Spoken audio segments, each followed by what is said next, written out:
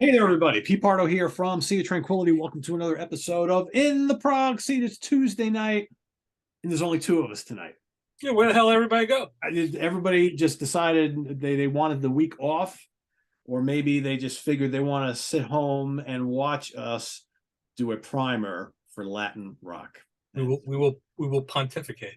That's right. We will pontificate, as none of them can do on this particular subject. So Ken Golden, by the way, joining me tonight for the primer for Latin rock. So we've been talking about doing this for a long time. Ken came to me with this idea 8, 9, 10 months ago. It was a long time ago. Yeah, a long time ago, and I don't even know how we started talking about this. We both love Santana a lot, yeah. and Ken said to me, he goes, there's like all these other bands that kind of play in this style or played in this style right around the same time. He goes, would you be interested in doing a Latin rock primer? And I'm like, yeah, but I'm, not all that hip to a lot of these other bands. So Ken's like, well, we can kind of take our time doing this. And then one day, oh, I didn't grab it. You got the book handy? Yeah, I do actually. Here, so one day, lo and behold, shows up at my house this wonderful book called The Voices of Latin Rock by Jim McCarthy. Yeah. Yep. And I was like, wow, okay. So I dove right into that. And let me tell you something. If you're at all interested in reading and finding out about Latin rock bands and this whole movement, that is the book to read. It is a killer book. And it's in print. It's in print. Yeah. Go on Amazon, pick it up. It's great. It's really, really good. And that basically is the blueprint that we use to put this show together. That author laid out all of the important bands that you really need to investigate and listen to dive into this Latin rock thing, because it's much, much more than Santana. Santana are the kind of like the forefathers of this style of music, but there's lots of other offshoot bands and bands happening in different parts of the country. We'll talk about kind of like where these pockets came from. And, maybe what we should start off doing, Ken, is like, why are we doing this on In the Prog Seat, I guess is probably what some people are going to ask, right? Well, to me, I think it's a form of progressive music. Yeah. Until Santana. Santana is, that's the starting point. He developed a way to incorporate Latin rhythms, Latin music, Latin influences, salsa, merengue, all these things into rock music, and to me, to my mind, that's very progressive. So is it, are we going to be talking about mellotrons and well, maybe a little bit later on, but not very much. I mean, it's not that. We're not talking about like 19-minute songs.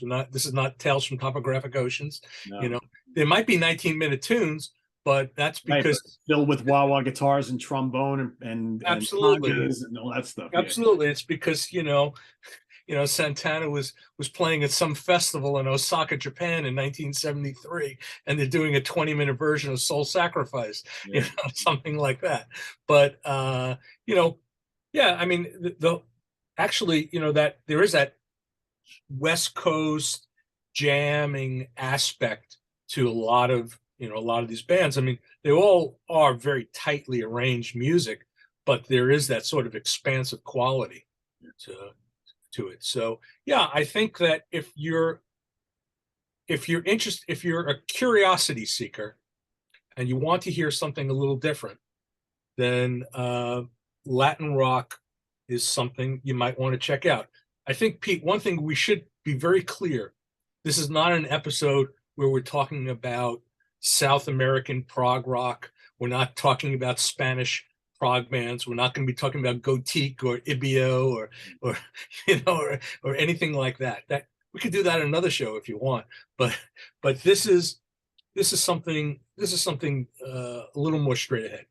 So yeah. And yeah, that's a good point. And basically what we're talking about for the most part here, these bands hail from San Francisco area, California, right? The Mexican American Mission District there. We've got some pockets from New York City and the boroughs, and then down in the Miami area as well. There might be subtle other differences here. I think Texas and whatnot. We might even see one or two from South America, so incorporate the Americas. But most of these bands have Mexican, Puerto Rican, Panamanian heritage for the most part. Yeah. Filipino as well. We do want to have some of that as well.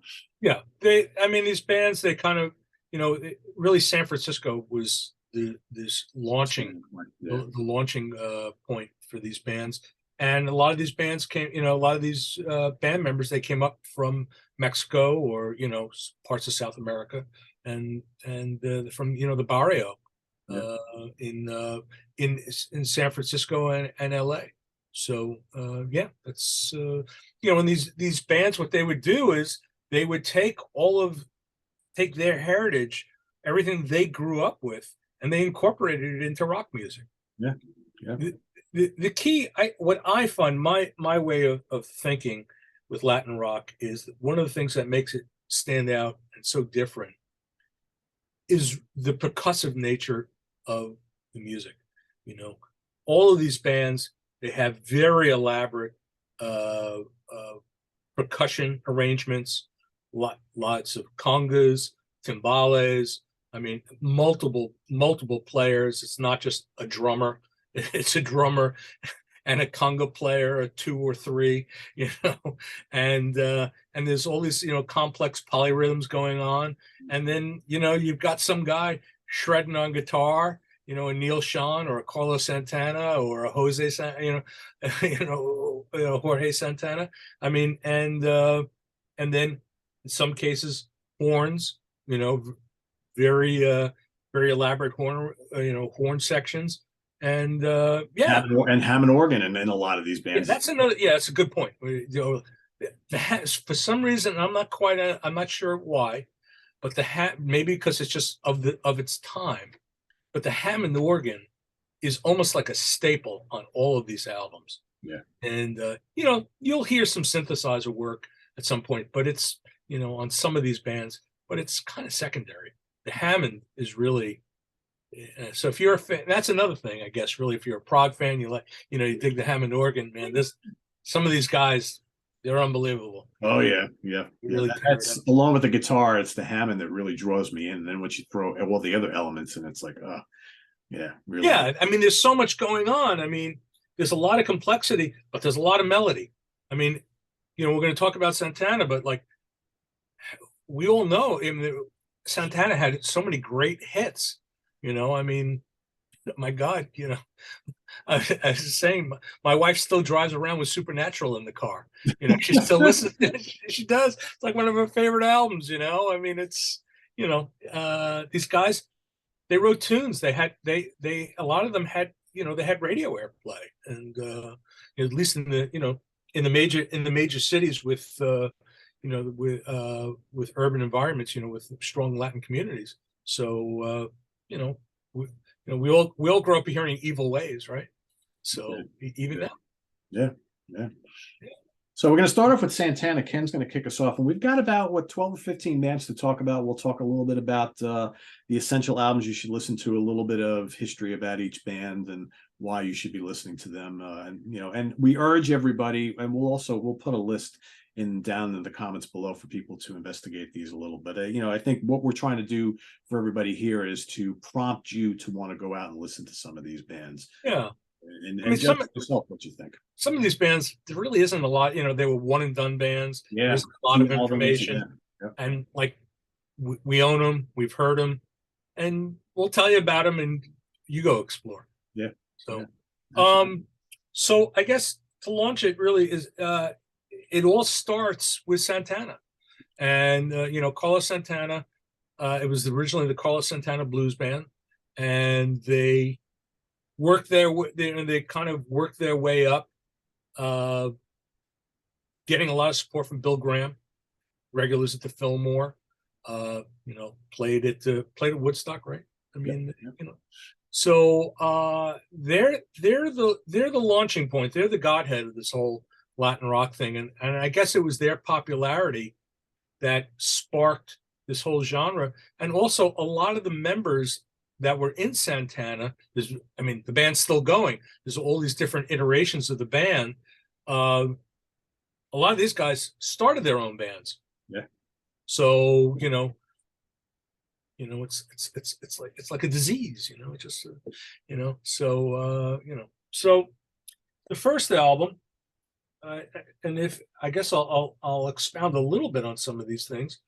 Just for everybody knows I'm a vinyl nut, so I might mention some quality pressings. It started with, this is like the first album. They were signed to Columbia.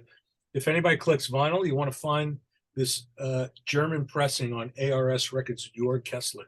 They did a reissue from the original masters. It sounds fantastic. But this has got Evil Ways, which is this, probably maybe their most famous tune, certainly their first big hit, the Soul Sacrifice. It was, what we consider, I think people consider the classic lineup. You get, Carlos Santana on guitar, you got Michael Carabello on conga, David Brown on bass, Jose Chapito Arias on timbales and conga, Michael Shreve on drums, and Greg Rowley was the lead singer, right? And he was played organ and piano. And that was followed, that was the calling card. Then probably the most famous Santana album is the second album, Abraxas. And it's got the incredible Matty Clarwin cover. Yeah. I always have a problem. I never know which direction to go in. And same lineup, same exact lineup. And this has got Black Magic Woman, which leads into Gypsy Queen, which was a Peter Green tune from Fleetwood Mac, segueing into Gabor Szabo's Gypsy Queen. Incident in Neshabar, just a killer percussive, just awesome piece. Michael Shreve killing on this record. It's kind of spacey. It opens up with this instrumental Singing Winds, Crying Beast. It's like pure like a 1 minute like cosmic intro. Also, I would call this a Prog album, actually. In a lot of ways, right? It's pretty close. And also, if you're an audiophile, it happens to be a great recording. So, one of my favorite. And guys, I'm not going through the entire Santana. Don't worry, Pete. It's not going to be a 2-hour show. But I just talk about some of the earlier ones. This was another one of those ARS pressings. This is the third album. And this is an important album because this is where Neil Schon became a member. So we had 2 guitar players. And I think it's, I think that's one of the greats. I think Neil was, like 16 years old or something like that. 16, 17, yeah. Yeah, he was really young pup. Then Carlos, it started to get a little interesting because Carlos started to develop an interest in jazz. And that started to creep into the music. And you had stuff like Caravanserai, which to me is kind of like a jazz rock album. Yeah. Oh, yeah. Then, this is hard to see because it's white on white. Welcome, another one. These are all great records. The lineup changed a little bit. And then Carlos really got it. He dove into the jazz thing. He was really infatuated with John Coltrane. And in fact, he used to put a picture, he had a pic on his amp, he'd have a picture in a frame of Jesus Christ, and the other would be John Coltrane. He used to put it on top of his amps. And he went full-blown, jazz rock, Latin fused jazz rock, because again, these really intense rhythm sections. And he worked with Alice Coltrane, John's wife, did an album called Illuminations, which is, I was listening to that today. That's kind of it's almost like listening to classical music. It's pretty intense. It's pretty spacey. It's a nice album. And then he was also, Carlos is very religious, and he got involved with Sri Chinmoy, and John McLaughlin was involved with Sri Chinmoy, and the two of them collaborated. They did Love, Devotion, Surrender together. That, I mean, that album, we talked about that album a while back, and you can peel the paint off the wall with that album. That's a great guitar album. So Carlos was always experimenting, and he was always getting airplay. And then for me, I think I lost a little bit of interest of him towards the late 70s. Music, they were still fine albums, but they were starting to get a little more commercial. He had Alex Lidgertwood in the band on vocal. Wasn't really my thing so much. But of course, there's always elements to those albums which were good. I remember not that long ago, I was watching the US Festival. Remember the US Festival? Oh yeah, yeah, they played. And that. Santana was performing, and who comes out and plays with him? Herbie Hancock. And that was great. That was great stuff. So, and so anyway, really anything from the 70s is worth your attention. Anything from the first half of the 70s, for sure. A couple other ones I wanted to show. I said to Pete, somebody I can't find. I think my cleaning lady stole my copy of Lotus. Lotus was a great triple album. Yeah, Pete's got the elaborate CD version. I have the crummy CD version. This is a 2-disc. It was originally released as a 3-album set. And then you had this. This was another one from, I think this was 77, maybe a little earlier. Moonflower. Right. Moonflower is a good one because it's like a mix of live and studio tracks. Also, you see a Santana album from the 70s, I think it's a safe bet. You're gonna be able to really dig into it and really enjoy it. Yeah, even like the lesser known albums like Borboleta, Amigos, and Festival are very Latin rocky. There's lots of like salsa influences on those albums. Maybe they're not the fiery Latin acid rock albums that the first 3 are, and it's certainly not the fusion album that Caravanserai was, but there's some really good material on those albums. Oh yeah, varying lineups and whatnot because he was constantly changing the lineups. I like Carlos's playing, so he has a certain style. I don't know, it's hard for me to classify it, but it just his solos, they just cut through the mix, and man, I think he's come from here. It's like you could tell he's playing from the heart, and I would agree. I have everything he's ever recorded. I love Carlos, and he doesn't seem to always play the exact same thing. Play the exact same way. One other one that I thought was worth mentioning because it's in print, it's on Blu-ray. I have it on vinyl. This is a reunion of the original lineup, and Santana 4. This one's live from the House of Blues, and it's Michael Shreve, Greg Rowley, Carlos Santana, Michael Carabello, Neil Schon, Carl Perazzo is playing timbales, and Benny Reitveld, who I think he's Santana's current bass player. He's been with him for some time. He's playing bass on here, and I think that's if you come across this, you come across the CD or the Blu-ray. We sell the Blu-ray. This is pretty hot. These guys. I mean, they're old. These guys can still play. Oh yeah.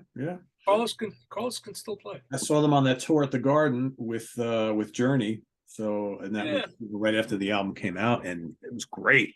I mean, the crowd was totally into it, and it was a thrill to see these guys up there together again. Sure, and they're having a blast. It's just a shame that they haven't done anything. Guys, I'm gonna tip you off to a little secret. You put this one on for your wife. I'm telling you, man, she's gonna be ripping off her blouse in no time. I'm telling you, there's something about this music.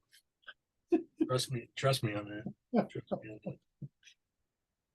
So from Santana, it makes sense to move on to a band called Malo, who came up from the exact same part of San Francisco.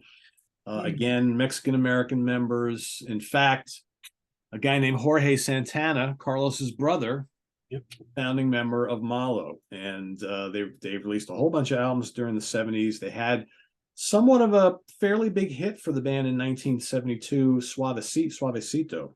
And Ken held up the debut album, which is called Malo from 1972. And it looks like similar effect. I think, wasn't this trying to remember Jesus Helguera drew this, but again, if you're familiar with some of the artwork on some of these albums, it just kind of looks similar. So now where this band is a little bit different is they employed a full horn section in addition to the full percussion section, and having a keyboard player, mainly played organ, and Jorge, really good guitar player as well. Yes. So there's a little different flavor to the Malo records.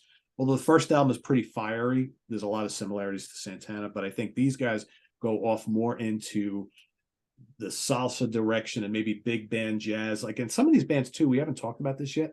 Some of these bands too, especially the ones who feature a lot of horns, you'll hear a little like similarities to classic Blood, Sweat, and Tears and maybe early Chicago. Tower of Power. Tower of Power for sure. Yep. Yeah. Here's the album Dos. Yep.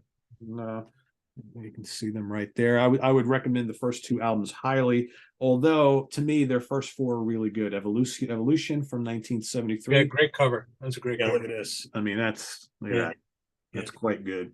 Yeah. Also really good. You know, they changed some members here, but otherwise it's still basically the same band. And then Ascension in 1984. So this is probably the last of the classic Malo albums, and if you can get a hold of it, this is the Rhino put out this celebration box set a number of years ago that has all four of those on a nice booklet and whatnot, which is, look at you, Pete. You're like addicted. It's terrible. It's terrible. I got the curse, man. I got the curse. So yeah, but I mean, as part of the origins of Latin rock, I mean, Santana and Malo are definitely where everything springboarded from. But Malo is probably the next band to go check out after you've listened to Santana, to kind of get the whole picture. So that would be the next band to investigate. Jorge was a good player, but really good player, actually. Yeah. But yeah, they were, to me, I thought that they were maybe a little lighter and a little horny, if you will. The horns were a really important part of the sound. So, yeah, they were definitely more of a vocal oriented band, I think. Yeah. And whereas I think Santana had a little bit more rock in their sound, these guys went a little bit more for the real Latin, the traditional Latin sounds, and a little bit of R&B in their music. And as we'll see as we get through some of these other bands, there's other bands that incorporate lots of funk that we don't really hear a lot in the Santana stuff, and maybe not so much in Malo either. Which is kind of interesting. The one hit, by the way, the one hit for Malo, the big hits, Suavecito, you don't know it until you hear it, and then you're gonna go, oh, that's Malo. That was them. Exactly, right? Yeah. Because you just didn't know that was the song, but you'll recognize the song right away. Yeah. So next up, we're going to move over to we're going to go across the country. We're going to go to Brooklyn. Yeah.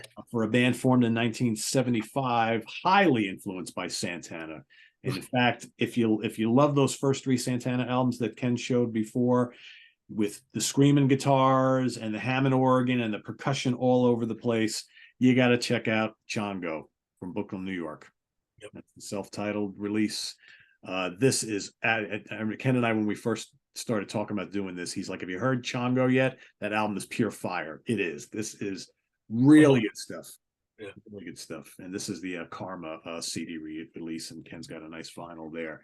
So this is like I said, an extension of the first couple Santana albums. They would completely change the lineup. It would be the singer of the first album plus a whole new band for the second album, which is Honey is Sweeter Than Blood. This is 1976. Still some really good stuff on here, but this is more kind of Latin funk soul music. A little more commercial. A little more commercial, but there's still really good stuff on here. Oh, yeah. That one song, The Last Ride. Yeah. Oh, man, that's a great tune. That is good. There's some great guitar. It almost, to me, the second album almost moves just slightly more into like a hard rock direction. That's the way I hear it. Yeah. And a little more commercial. But yeah, I think, honestly, of all the bands we're going to talk about, Chango is probably my favorite of all the bands that sort of are in that Santana direction.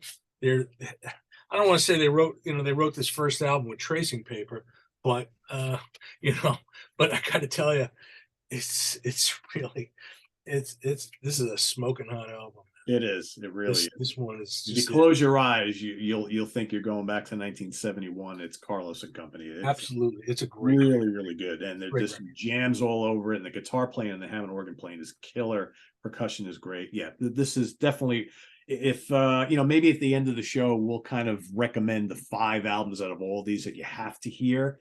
This is without a doubt. If it's not number one, it's number 2.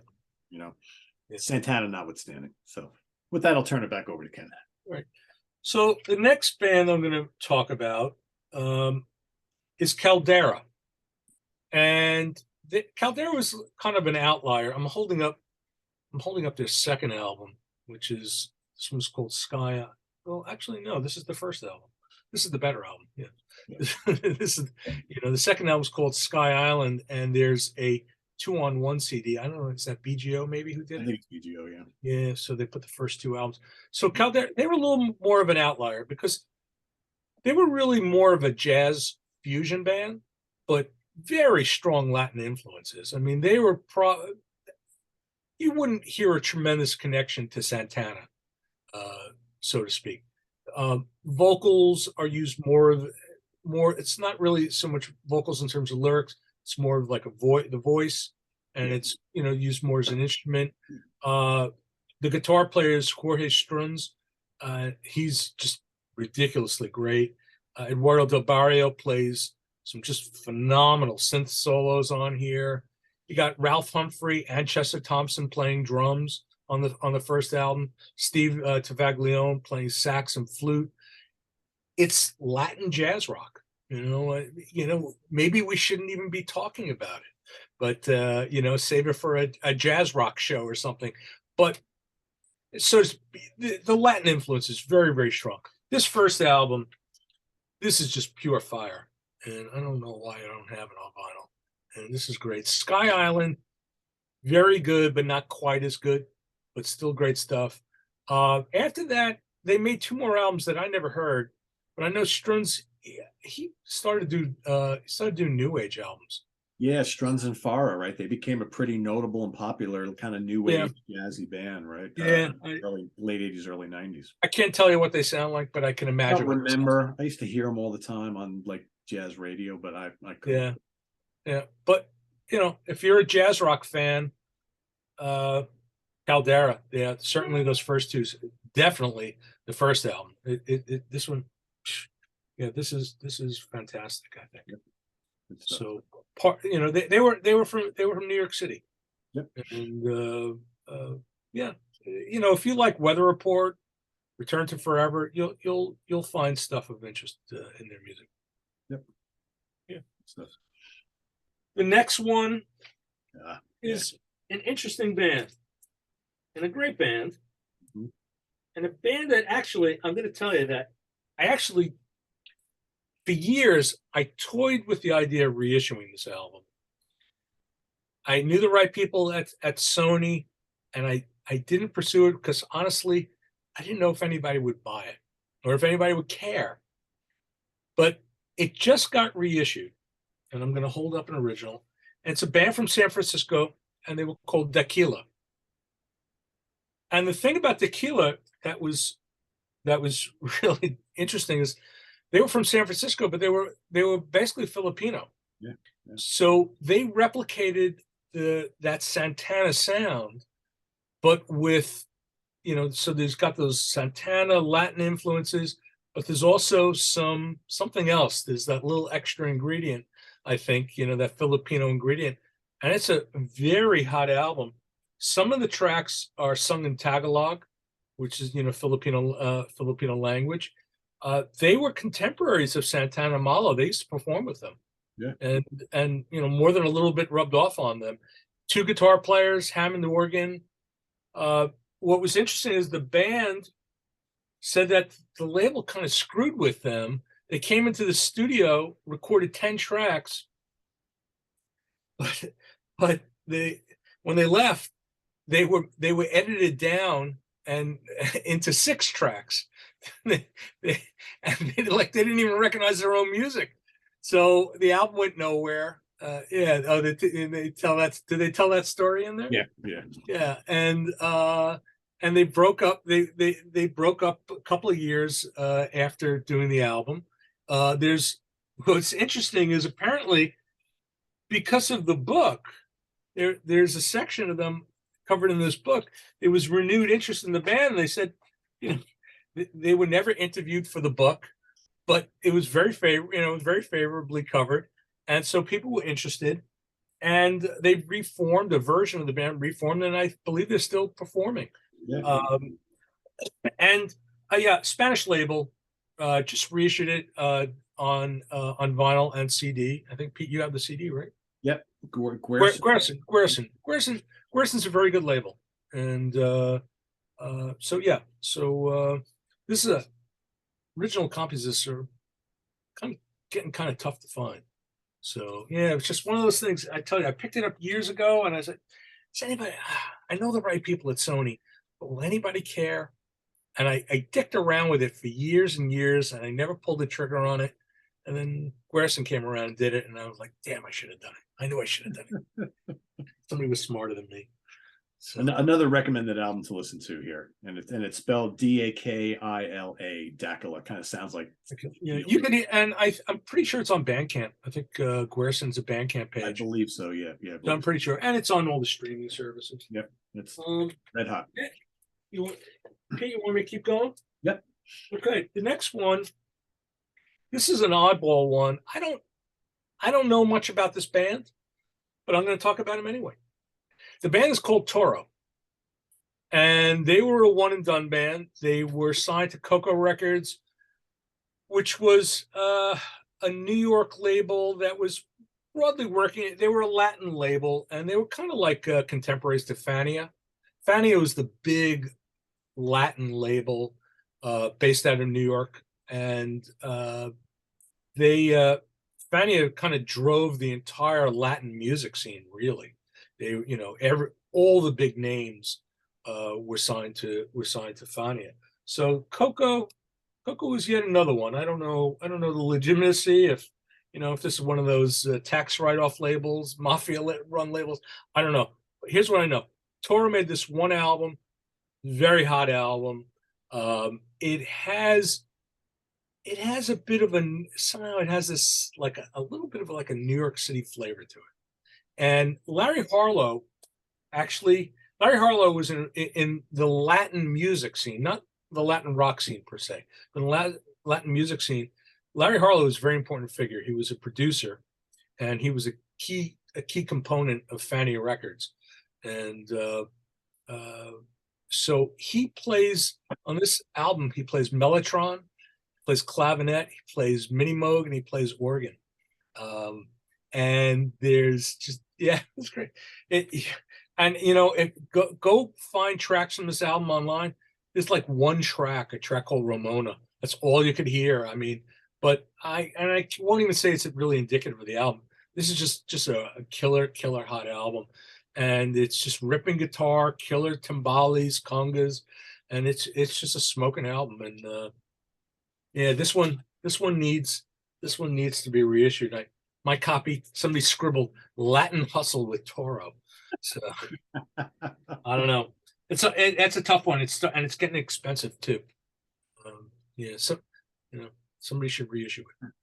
Yeah, it's one of the few I couldn't find out of all these we're going to be talking about. So. Next one I got. More from New York City. Another New York City band. And these guys were around for quite some time, apparently. They were called Seguida. And Seguida recorded this album for Fania. And that's funny. And you know what, Pete? You know what I didn't pull out? The Fania All Stars album. Maybe we could talk about that at the end. So this album is called Love Is, and they have a very strong New York City vibe to them. There's definitely like a funk element in their music. They were kind of like a Latin rock orchestra. I mean, I don't know if you could see it. You probably can't because I'm an imbecile when it comes to holding things up to the camera. But there's like a million people playing on this record. Just a million guys playing on it. It's like, why have one percussionist when you could have like 10, Yeah.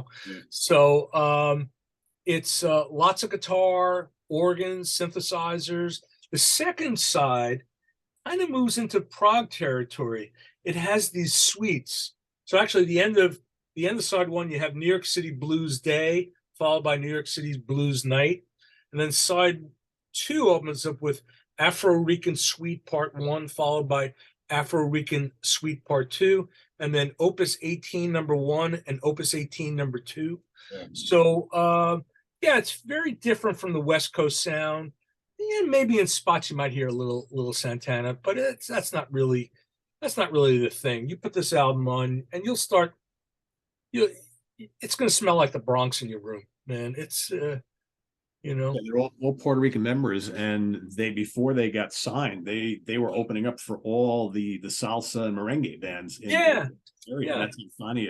And that's the other thing, because if you go through the list of guys that play on this album, I'm sure a lot of these guys crossed over from, they were probably playing on Celia Cruz albums and Tito Puente albums. Yep. So yeah. So Seguida, they made 2 albums in the 70s, and then they reformed in the later part of the 2000s, and they put out a couple more albums. I guess there was a buzz. I never heard the second album. Frankly, it didn't look that interesting to me. I love these, I think, is the one. I have a friend who lives in the upper tip of Manhattan, up in Washington Heights, and he's into this whole thing, and he mentioned over the years he mentioned Seguida time and time again. So I took it upon myself to track down a copy. So and it's worth it because they're a little bit different. It's not a West Coast record, but it's a rock album, and it's a Latin rock album. Yeah. Yeah. It's a good one. They're good. Yeah, absolutely. I would 100% agree. Yeah. All right, so now we got this one's a little bit of a weird one in this list because this band is not from the States here. This is a band from Nicaragua, and they released their self-titled debut album in 1972. The band is called Moana. It's the most offensive cover. Yeah, it's terrible. It's so offensive. It's funny. They changed it. They actually changed the cover. I think it was released in different countries, and they actually changed the cover. Yeah. I think that became like the front cover in like Colombia or something like that. Yeah, and you could tell they were going for the Abraxas kind of look here, right? But so they formed in 1970. They disbanded in 1972 after only this one album. But again, another band that basically wanted to be like Santana. So you listen to this, and that's all you hear is that hot guitar and lots of percussion and organ dominates the music. The rhythms are great. All the titles are in Spanish. The vocals are really well done. There's even a little bit of jazz fusion and jazz rock on this album too. And most of the tracks, you got some lengthy ones. There's a 13-minute long smoker at the end of the album called Lolita. You got another track called Chapumbambe, which is also almost 8 minutes long. Tema de Buana is the first song. That's 8 minutes long too. So there's lots of good jams on this album. And I would say if you like the more aggressive, lots of solos and cool complex rhythms and things like that, and the more rock-based music of early Santana, this one is going to be one you'll want to seek out. This is not easy to find. I will stress that, though. Good luck finding this. This, I believe, is a kind of like a boot CD. Yeah, there is no, I don't know why, but there is no authorized reissue of it, at least not yet. Maybe a label like Querson, maybe they'll get to it. Yeah, I'm holding. I don't even have the CD. I'm holding out for an original somehow. Keep looking, but I was able to track down a copy, and it's quite good, Because Pete, that Nicaraguan vinyl is so easy to find, and when it'll show up, what great condition it's going to be in, right? I know, right? It'll be riddled with bullet holes. So yeah, that's Moana. Check them out. Another good band. All right, back to Ken. Yeah. Next band I'm going to talk about. They're a little bit of an odd duck. They're They're from Miami. And, well, this is their second album where they were called Sincerely Antique. They kept changing their name. They're originally the Antiques. Then they were, I think the third album was Antique Sorcery, I think it was called. And I understand there was a fourth album. I'm not even sure what they were. Weren't they called Sincere at some point too, or something like that? It's very possible. They were kind of a chameleon-like band. They would kind of change their sound from album to album. And this was an album. I have like a little bit of a history with this album that I remember. My wife and I, we used to go down to, we used to spend a lot of time on vacation down in Miami, and of course I drag her record shopping. And I remember going to a record shop in Fort Lauderdale. All Books and Records may still be there. I don't know if anybody watches this. Write in the comments if they're still there. It was an incredible store, and I remember just digging through the bins, and I saw this thing. I had no idea what it was, and the reason I bought it is because of this. If I could show it, you could see it. There he is. It's the keyboard player. He's wearing a cape, and I said, "Keyboard player's wearing a cape. It's got to be a Prog album. I got to check this thing out." I paid like nothing for the record. I played nothing for the album, and I paid nothing for it. And I came home, I played this thing, and it just blew my socks off. And the funny thing, years later, nobody knew about the album. It really was kind of unknown, because most of the guys, I knew all like the Prog collectors and dealers and psych guys, and they would kind of dabble in some of the Latin stuff. Nobody really knew this album. And the funny thing is that I don't remember how many years ago it was. I think, Pete, you have the CD, but somehow I stumbled on the fact that it got reissued on CD, and I wound up buying like 30 copies of the CD from a shop in Miami. I think it was run by the label Funny. This was on Funny Records, and there's nothing funny about this album because this is a hot album, and I they must have thought I was absolutely crazy. Here's this Jewish guy from New Jersey just, buying like 30 copies of the CD that they probably made like 300 copies in their basement. I don't know. And I went right through them, and I turned a lot of people on to the band. So what's it like? It's very, very Santana influence. A lot of organ. It's got some Prog moves. And the keyboard player wears a cape. So what else do you have to really know beyond that? I mean, that's good enough for me. And it's really good. There's one other thing, on all of these albums, there's always going to be one or two really sappy songs. Yeah, they just are, like ballads, these Latin tinged love ballads.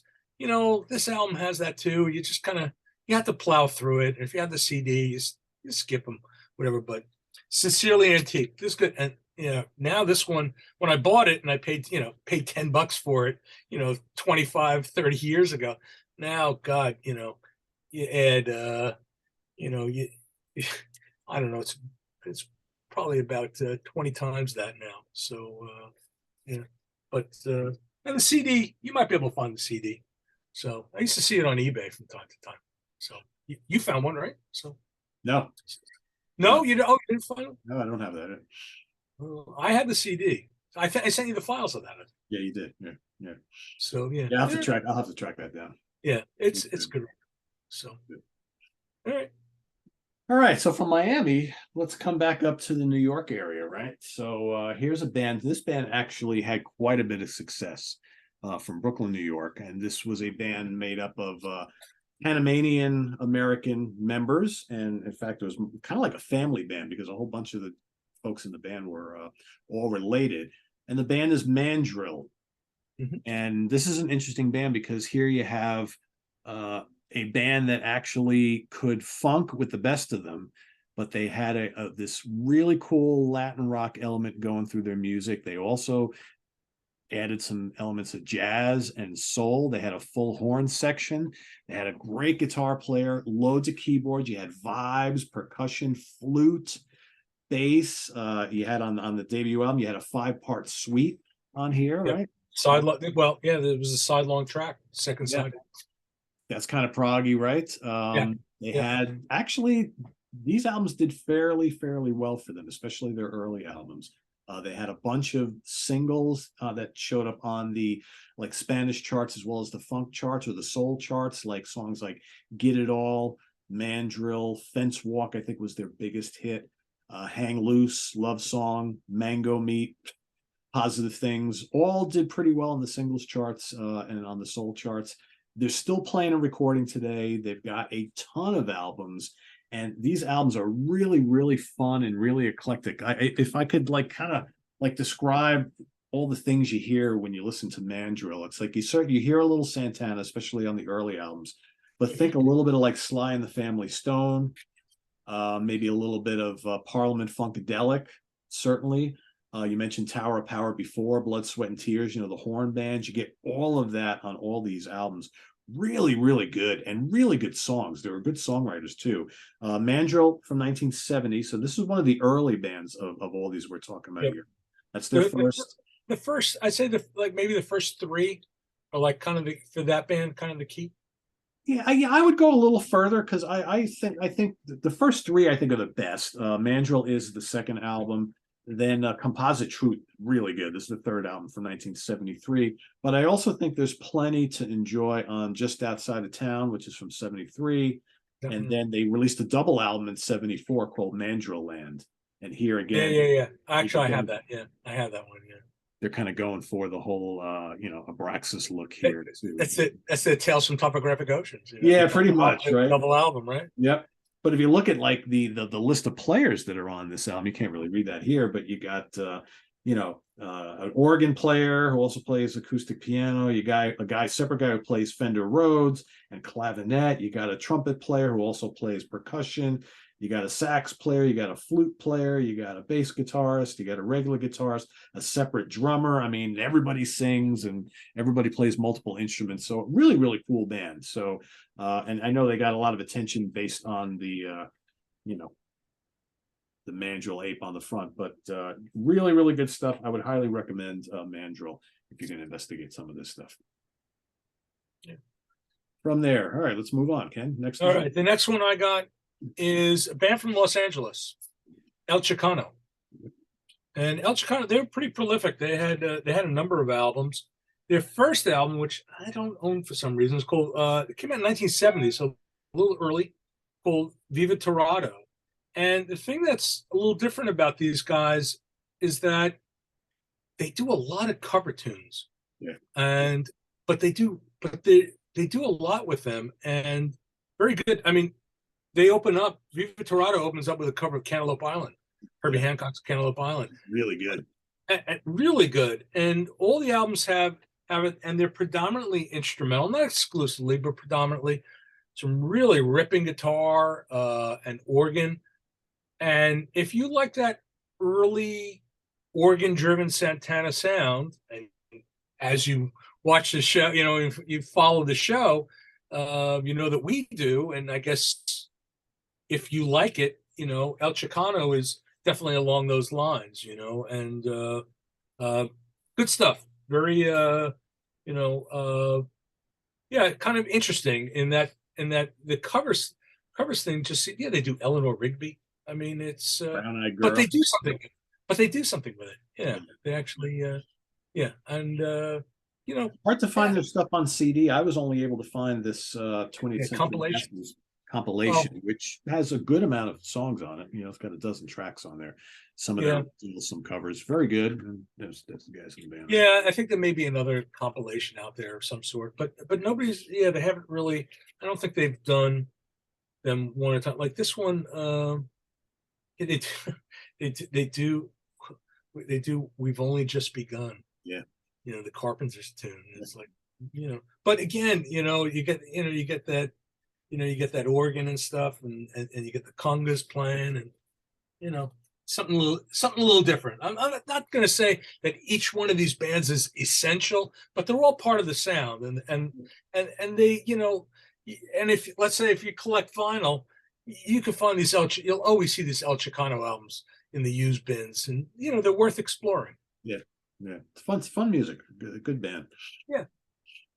All right. Let's see. So we're going from LA to back to San Francisco. So this is an interesting band. So you could basically say this is an offshoot of Santana and Malo. The band is called Azteca from San Francisco.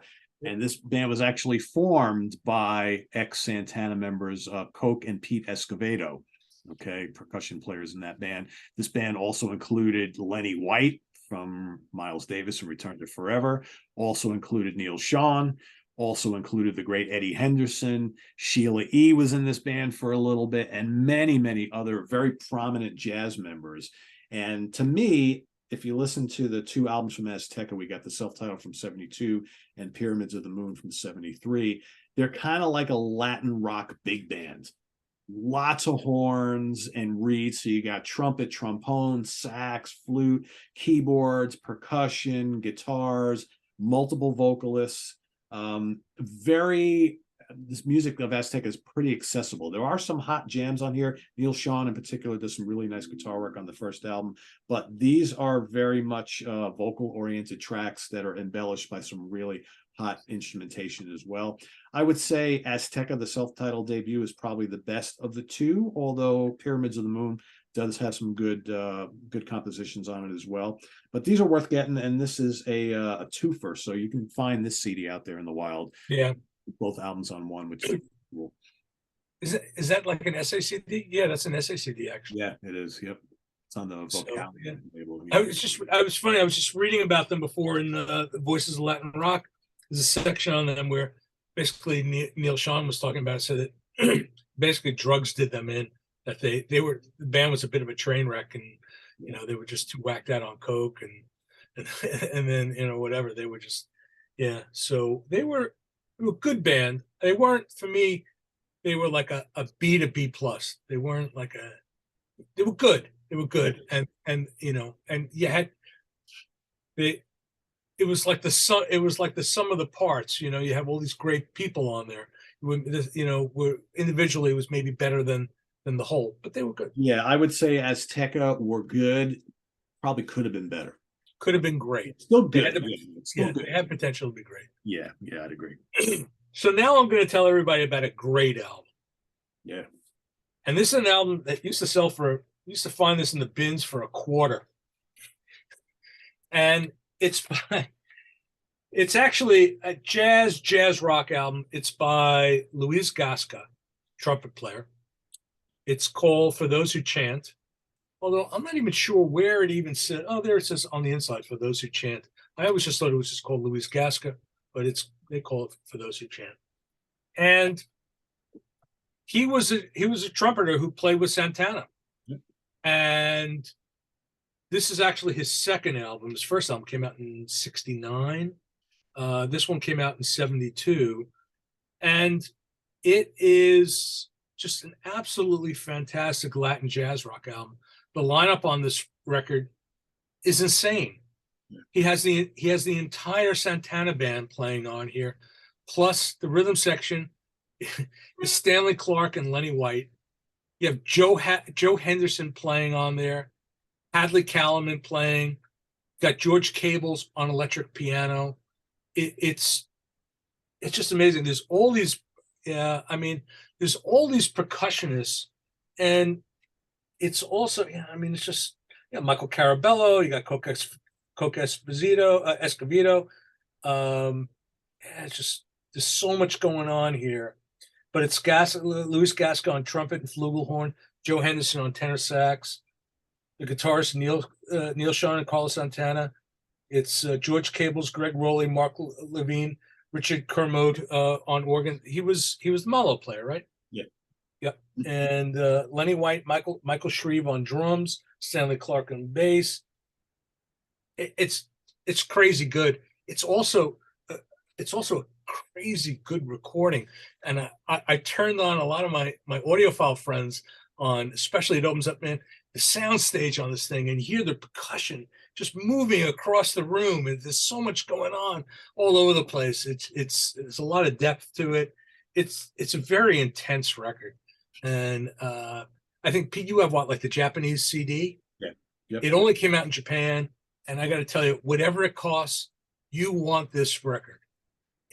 It's Yeah, it's really one of the greats, especially, yeah, again, if you like jazz rock, it's got the sound, and brilliant This, record. you know what comes to mind when I listen to this? It reminds me of a Latin rock version of "In a Silent Way" by Miles Davis. Oh, there you go. There you go. It's kind of what I get. Yeah, I'm with you. I'm with you. Yeah, very, very good. And the album is still to this day not super expensive if you're into vinyl.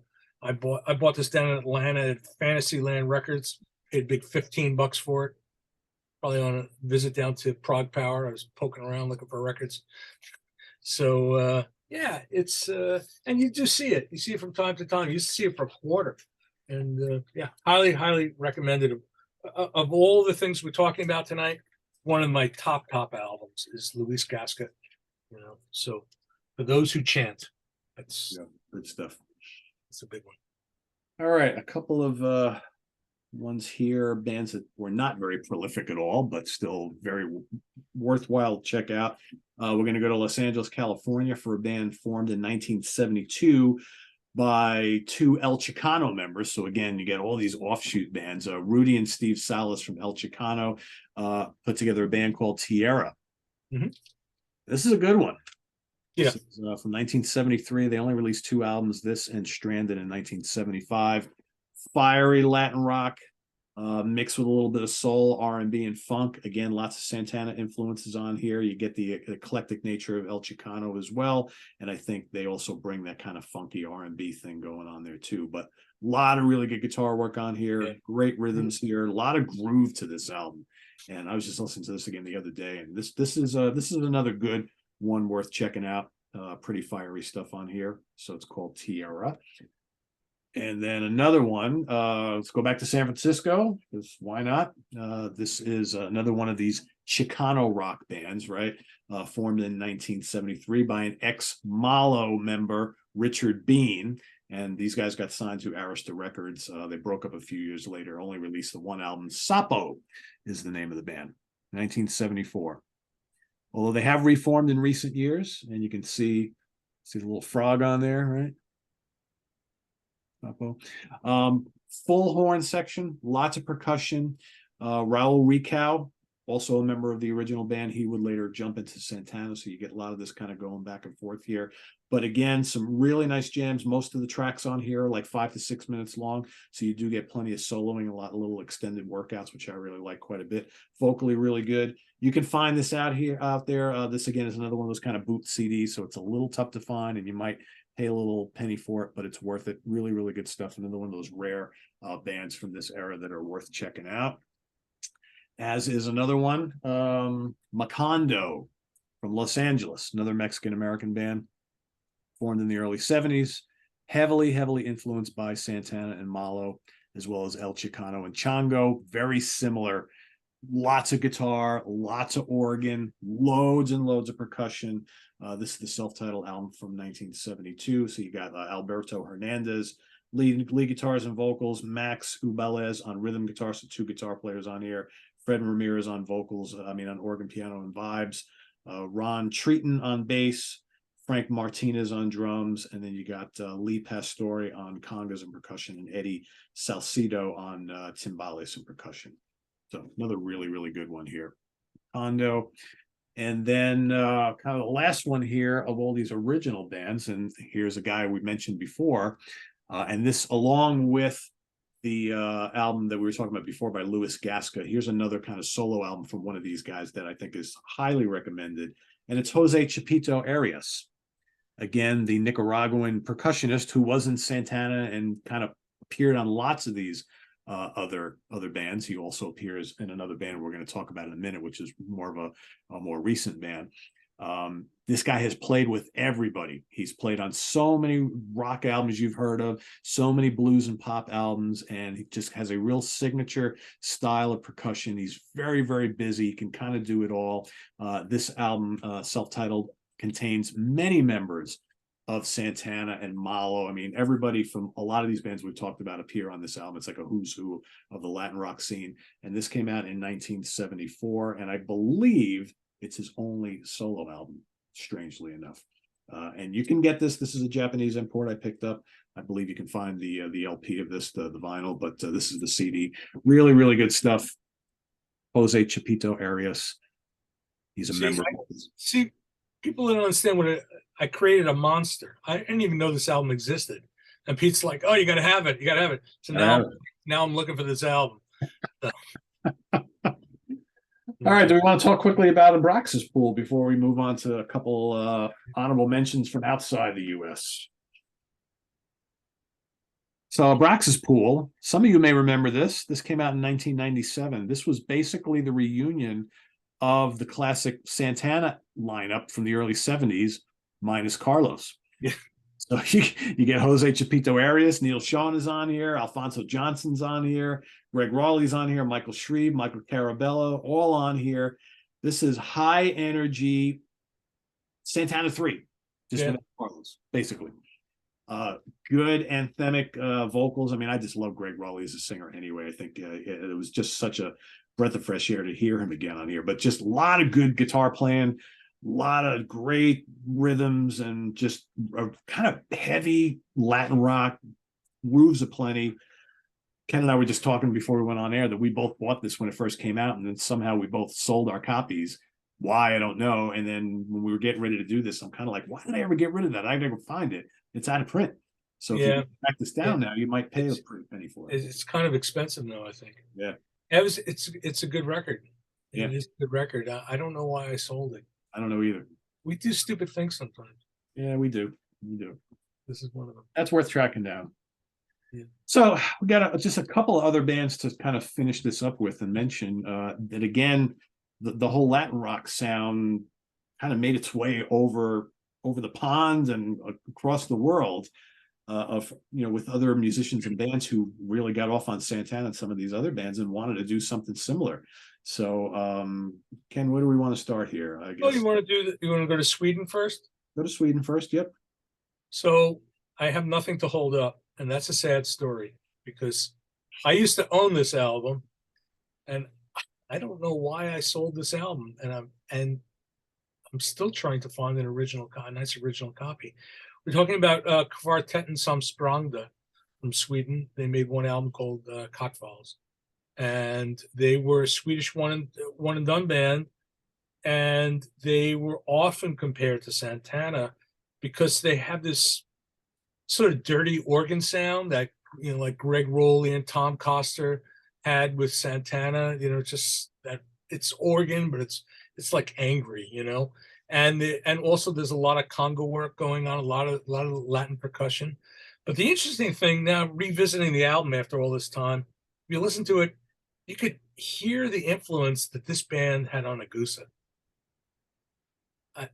I'm listening to them. There's a lot of not the Latin element, but just broadly, you hear a lot of that. That was one of the great ones. I don't know, Pete, do you have the CD to hold up? No, I don't.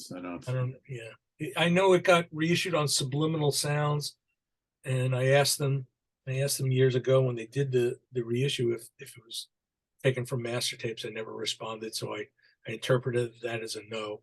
Yeah. And I've been looking.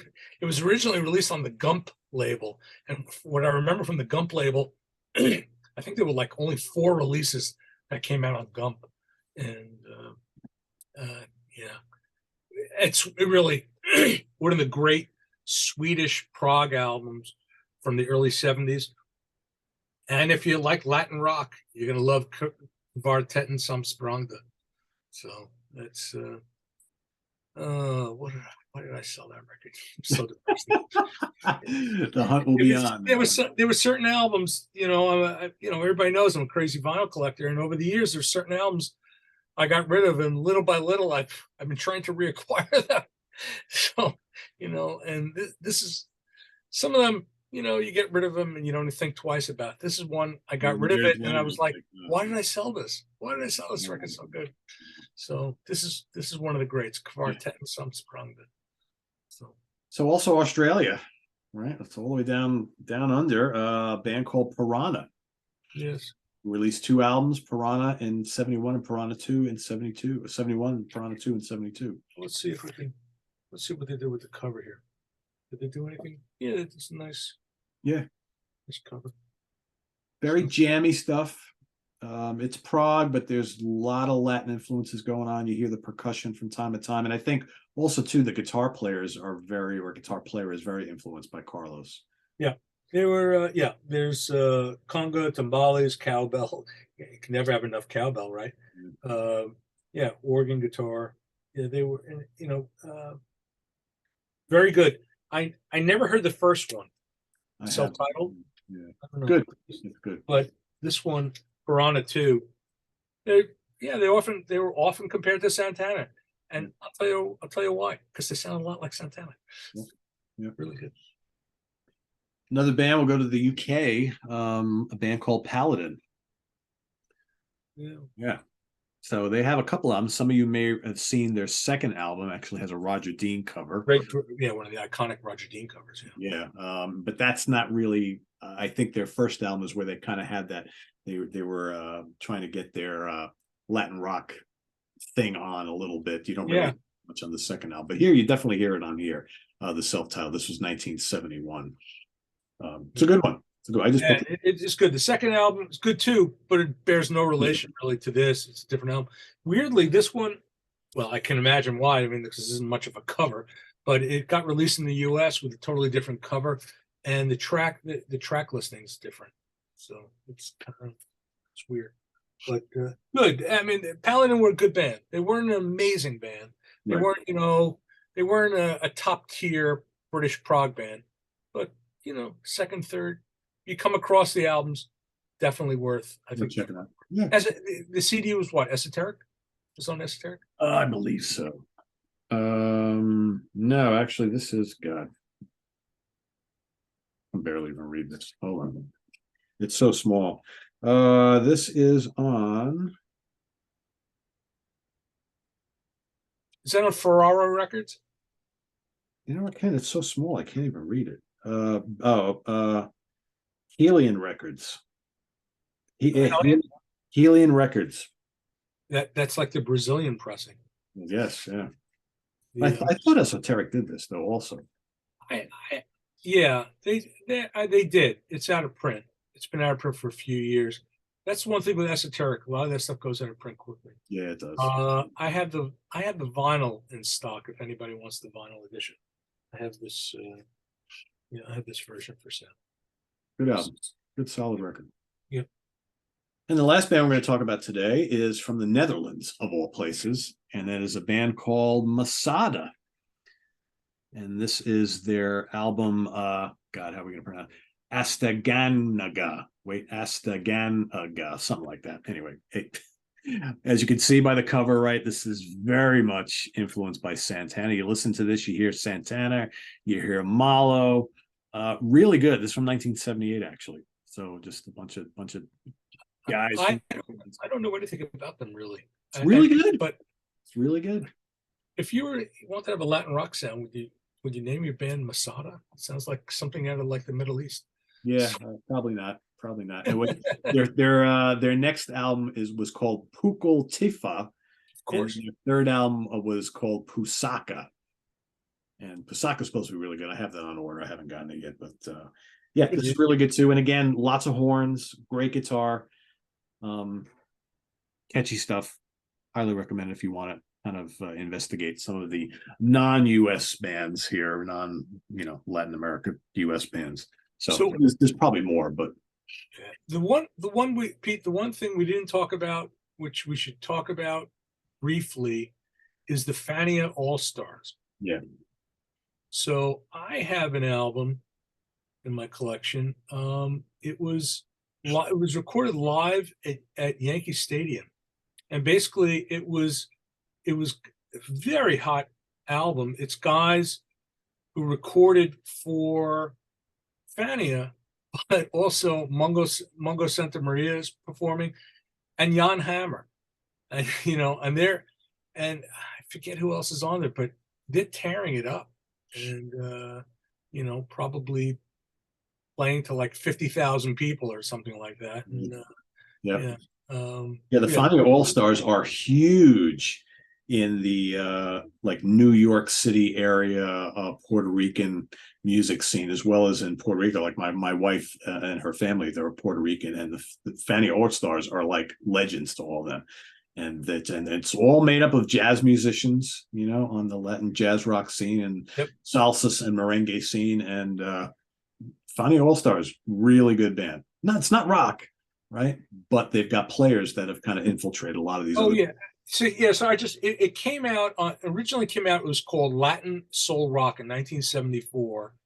And it's got Jorge Santana on it, Billy Cobham playing drums, Mungo Santa Maria on congas, huge horn section, even guys like Lou Sala for playing on it.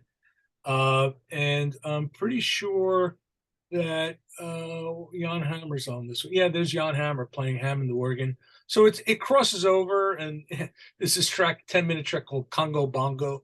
This is pretty crazy. They do Sol Makossa, which is the big Mano de Bongo song, and Viva Torado, which El Chicano did. So that's definitely worth picking up. It's been reissued a million times on LP and cassette, CD. There's a number of CD reissues of it. They keep changing the artwork on it, and the version I have, they've even changed the title to Salsa. Great. If you find it, it's a cheap album, Latin Soul Rock by the Fania All Stars. I gotta see if that's in my wife's collection, because she's got a couple Fania CDs, and I gotta. If you don't, you'll find it for next. I'm sure for next to nothing on CD. Yeah. So I'm looking on Discogs while we're talking, and it's around. It's around. Worth getting. So there you have it, everybody. Your Latin rock primer. I know lots to check out. I can just see Gary Joyce right now saying, "Oh my God, Pete and Ken, you've given me so much homework." Yeah, everybody's got a lot of homework to do. So what we're going to do is we're going to drop in the comments section. We're going to put the list of all the stuff we've talked about today, so you guys can easily go and find it, because I know some of these are probably hard to figure out how to spell and all that sort of thing. So we're going to put all that down below, and go and investigate this stuff. I think if you really love the music of Santana and you kind of want more of that style, well, we've just given you another 15 bands or so to check out. I think that especially some of these are well worth your attention. And what we'll do is I'll put little stars next to the ones that you may want to kind of really hone in on first, the ones that are kind of a little above and beyond some of the other ones. So cool. Hope you enjoyed it. And make sure you also go check out Ken's website, lasercd.com. Ken's got all sorts of good prog and power metal and prog metal and fusion and all sorts of other stuff for sale, right? There's always something new. Always something new every week. We hear about it, so we know. Cool. Thanks for watching, everybody. We'll be back in 2 weeks with the rest of the gang in the Prog seat. What are we doing? 1979 next? 1979. We're talking about our favorite Prog albums from 1979, so that'll be happening in 2 weeks. So stay tuned for that. And then 2 weeks after that, we'll be back to album study. And we might be talking about a pretty cool album from the band Kansas. So that's coming up after that. So lots to do here on In the Prog Seat. So I hope you guys stay with us, and visit us on the web at www.seaoftranquility.org. We're on Facebook. We're on YouTube, all together. All the damn time. For Ken Golden, I am Pete Pardo. Thanks for joining us here on this very fun show all about Latin rock. And we'll see you in 2 weeks on In the Prog Seat. Have a good one, everybody. Good night.